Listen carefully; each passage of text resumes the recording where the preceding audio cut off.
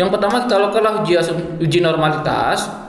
Jadi di sini dikatakan menurut Ghazali, uji normalitas dilakukan guna menguji apakah data penelitian dari masing-masing variabel terdistribusi normal atau tidak. Di sini kita ada dua cara. Cara 1 dan cara 2. Nanti teman-teman lakukan terlebih dulu cara 1. Jika datanya normal, berarti gunakan saja cara yang 1. Jika datanya tidak normal, dengan cara 1, lakukan cara yang kedua. Di cara yang kedua inilah menggunakan uji normalitas yang non-parametric test. Oke, kita input datanya terlebih dulu ke SPSS. Di sini kita punya 3 variabel, yaitu Y, X1, X2. Kita desimal ini kita nolkan, ya. Kemudian untuk label ini berfungsi untuk menjelaskan identitas ini. Jadi kalau dia hanya dalam bentuk huruf, ini kita perjelas di identitas di label. X1 adalah pengeluaran, ini Y. Kemudian X1 ini Y adalah pengeluaran. Kemudian X1 adalah pendapatan, ini X1.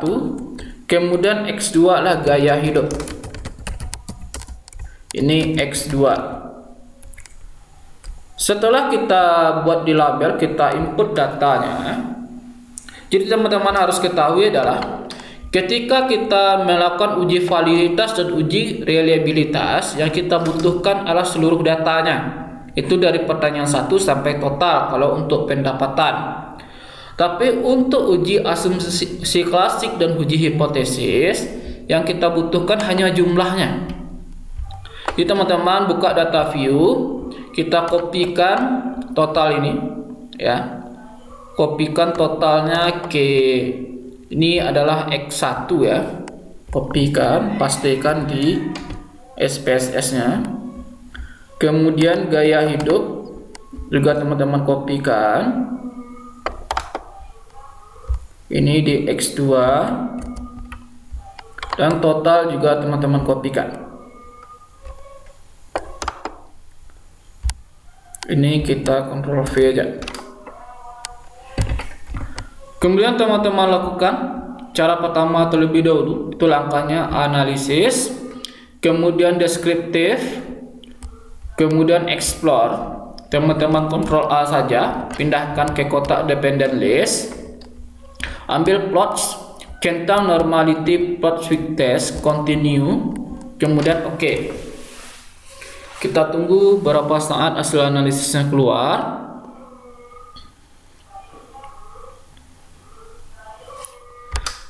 Di sini yang kita butuhkan adalah yaitu ini kotak test of normality. Ini kita kopikan keywordnya. Ini kita pastikan di sini, ya. Kemudian kita analisis.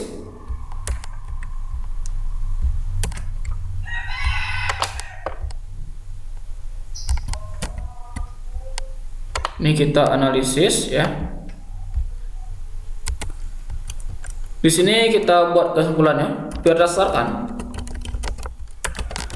berdasarkan tabel di atas, berdasarkan hasil analisis, ya. Hasil analisis tabel di atas diperoleh nilai signifikan. Inilah nilai signifikannya. Yang bagian ini nilai signifikannya. Kita ambil aja yang Shapiro Wilk, ya. Nilai signifikan Y itu 0,000. Kemudian X1 itu 0,001. Kemudian X2 0,005. Ketiga signifikan ini kecil dari 0,05. Jadi di sini katakan jika nilai signifikannya kecil dari 0,05, maka nilainya tidak berdistribusi normal. Maka disimpulkan tidak berdistribusi normal, ya. Jadi pada cara yang pertama data kita tidak normal, maka kita lakukan cara yang kedua. Inilah cara kedua. Kita ambil analyze, kemudian nanti kita ambil regression, kita ambil linear. Di sini kita pindahkan pengeluaran ini sebagai variabel terikat ke kotak dependen. Kemudian variabel bebas ke kotak independen. Kemudian kita klik save. Kita centang unstandardized, kita continue. Kemudian kita OK. Ini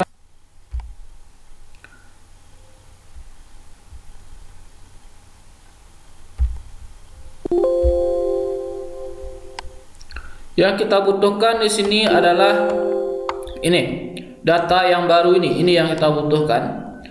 Kita lakukan uji non parametric test. Ini non parametric test. Kita ambil legacy dialog, kita ambil satu sampel KS ini. Kita pindahkan ini unstandardized ini data baru kita tadi ke test variable list. Kita pastikan ini dicentang secara yang normalnya. Kita OK. Klik keluar data analisis yang baru, ini yang akan kita analisis. Ini kita copy kan. Kemudian kita pastekan.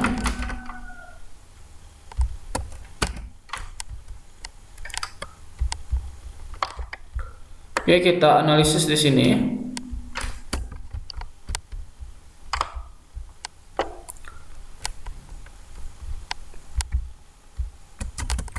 Berdasarkan hasil analisis tabel di atas, diperoleh nilai signifikansi two tile. Nilainya adalah 0,067. Ini besar dari 0,05.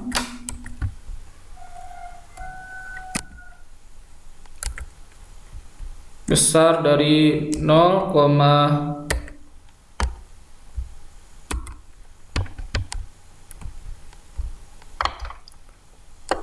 dari 0,05 maka data berdistribusi normal.